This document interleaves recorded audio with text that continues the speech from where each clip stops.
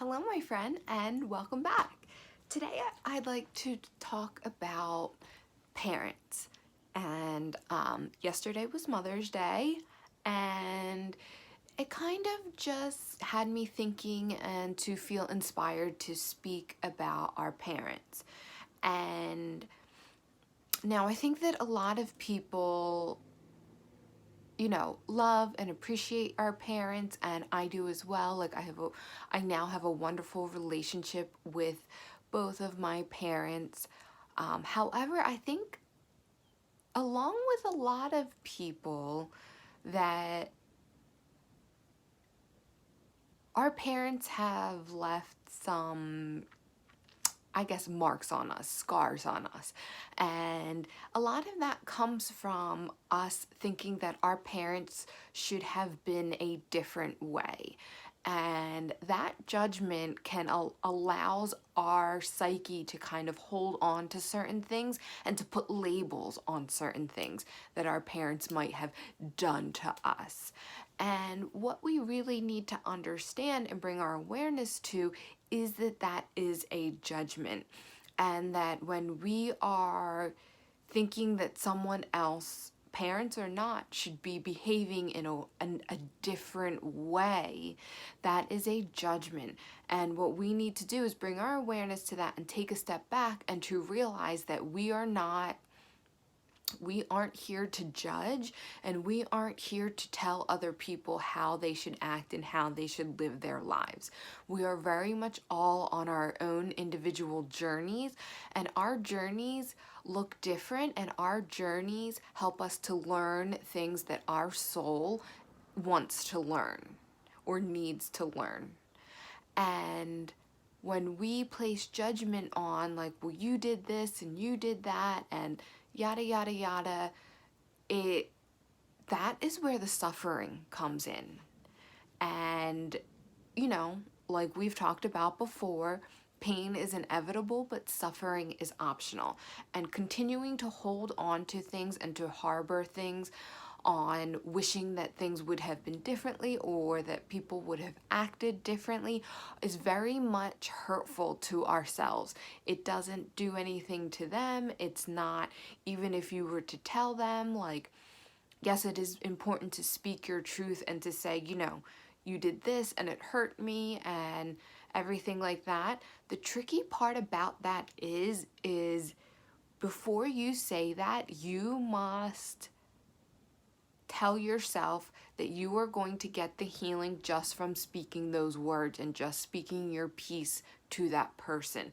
You do not want to hinge your healing on whether or not that person acknowledges it in the way that you want them to acknowledge it.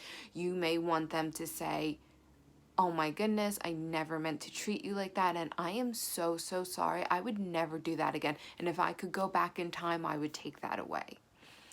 You may be wanting to hear that, but if you put that contingency on your healing and they don't say it in the way that you want them to say it, or they don't say it at all, I have expressed hurt to people and they have taken zero responsibility and they have not regretted it and they have not been sorry.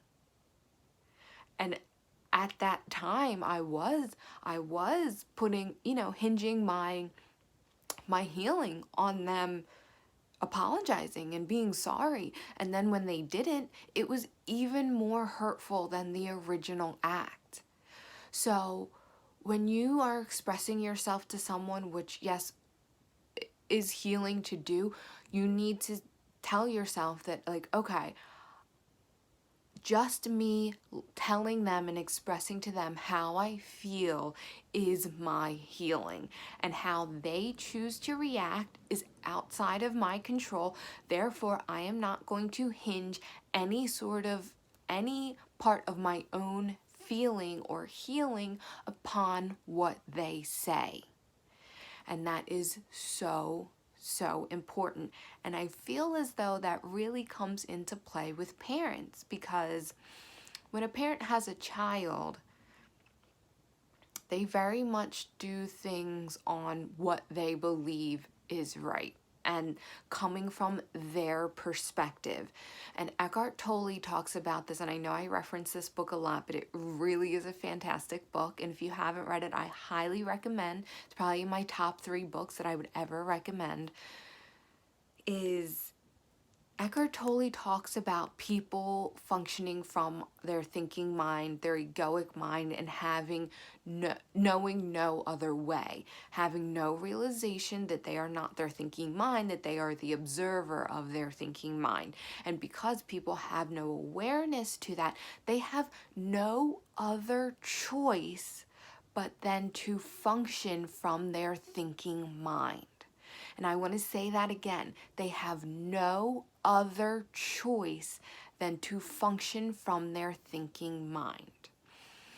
And we can keep this in mind with all people, but I particularly want to talk about parents today because, you know, when you look at your parents as, someone that your love, someone that is supposed to give you love and protection and guidance, and because we are our own human beings, like, yes, we have traits of our parents, but essentially we come through our parents. We are not our parents.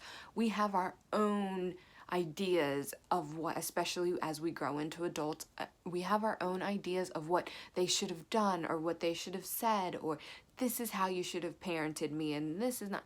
So, and even as children, we have our own ideas because, when a child says, or when a parent says, "What are you doing? Stop doing that." As a child, you take that differently. Like, say you were crayoning on the wall and your parent is like, "Stop doing that." You take that differently than your parent does. Your parent is like, "Stop drawing on the wall." You take that as, "Oh, maybe I shouldn't be creative. Crayoning is wrong." And you're not exactly putting together, that drawing on the wall is what they didn't want you to do. So even then, there are 2 different perspectives and you take it 2 different ways. And then, what your mind does is your mind takes that little tidbit of information and it puts it away and it tucks it away through your perspective. And then, you grow up and you're like, "Well, I was never allowed to be creative. I felt very, snuffled by my parents creatively," when maybe that wasn't exactly the original intent. And we really have to keep that in mind with our parents, because I feel as though there are probably like a million little different times and examples and things that we hold on to that we don't even realize we're holding on to in that area. So, and what that does is it ends up breeding resentment. And I know that, there are probably people that, have 0 resentment towards their parents and they had a semi-charmed life, and that's wonderful. And just because you didn't have that doesn't mean you can't have a good relationship with parents. There's a whole spectrum of parenting. There are people that suffered a lot of abuse at the hands of their parents, and then there are people at the other end of the spectrum that had absolutely wonderful parents that in their mind did all the right things. And then on the side of the abusive parents, in that child's mind, they didn't do the right things. But what we have to remember is that our souls choose our parents, and our souls choose to incarnate as the human that we are incarnated as.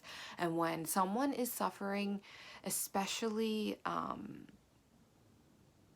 particularly gruesome abuse, a lot of times that is in our soul's contract, and our soul chooses to have that experience for whatever reason. I can't say why.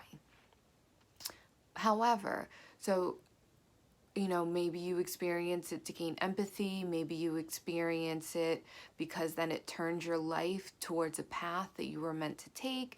We really can't say why. And just because your soul may have chosen it doesn't make the abuse right. It doesn't make it okay. It doesn't make it sunshine and rainbows. No, if you went through abuse, it may have been for a reason, but it doesn't exactly make that any easier. if that makes sense. So when we're harboring this resentment towards our parents, bringing your awareness to them having no other choice but then to function out of their thinking mind.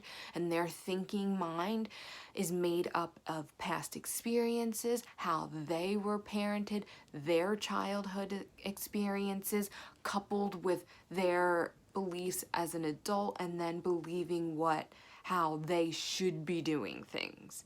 That is how our parents are molded, and then in turn how they parent. So when you look at them as someone who has not yet brought their awareness that to them being the observer of their experience and them just being fully immersed in their experience, therefore having no other choice but then to function out of their thinking mind, that brings an element of compassion in. And we need to have this compassion for our parents as well as every other person on the planet. But I want to talk about parents today because I think it's just fitting. So when you look at your parents, or you reflect on your childhood and you have feelings of resentment or feelings of, that things should have been differently or your parents should have done something different, you really have to put yourself in their shoes and have compassion for where they were at that time. Because another thing that we have to realize is that we are all growing and evolving human beings. So who your parent was when you were a child and who your parent is when you are an adult could be two totally different people. And bringing that awareness to, that they possibly could have learned and grown and evolved is very comforting. But also, we are learning and growing, evolving at a human level, but also at a soul level. So if you feel like your parent hasn't grown or evolved since you were a child, that's okay. Don't put too much pressure on that either. Just understand that they are still doing the best they can from where they came from that thinking mind. And it is not your job to awaken them. It is not your job to try and convince them that they are the observer, and they may have done some things when they were functioning out of their thinking mind that wasn't exactly right or wasn't exactly what should be done. Because again, that is a judgment and that is in your opinion. If you want to think about it from a soul level, if you didn't have some of those experiences during childhood, there's a reason why so many people go through so much trauma during childhood. Our most formative years is because it helps to form them into the adult that they were meant to be. And if you possibly didn't have some of those experiences in your childhood, you would not be the adult that you are today. Maybe you would have never woke up. And if you think about how much light being an awakened individual brings into your life, and then you think about, well, maybe if some of those hard times during childhood didn't happen to me, I wouldn't be where I am today, then you can kind of put it in perspective and you can allow yourself to heal from that. Because just because it made you into the person you are doesn't mean that you shouldn't heal from it. You're meant to heal, you're meant to learn, you're meant to grow. So the next time you're feeling a little bit of resentment towards your parents, or, something comes up in your childhood that makes you cringe a little bit that you wish didn't happen, or that you felt like your parents did you wrong in that instance, just try and remind yourself and bring your awareness back to okay, give them the benefit of the doubt. They were doing the absolute best they could for where they were in their lives at that time, and that also they were most likely functioning only solely out of their thinking mind because they hadn't known any better. And you can't hold something against someone where, in an instance where they didn't know any better. You can't hold that against them. And through that, you can allow yourself to heal, and you can let go of things, and you can forgive them. And let me remind you, forgiveness is not for the other person. Forgiveness does not make what they did okay. Forgiveness is for yourself. When you forgive someone else and you're able to let go of harboring any ill will or any ill feelings towards them, that is healing for yourself. You never even have to tell anyone that you forgave them because it's purely for you. So practice that awareness, practice that forgiveness, and give yourself the space to heal from any childhood scars that you may have. And you can heal in a few different ways.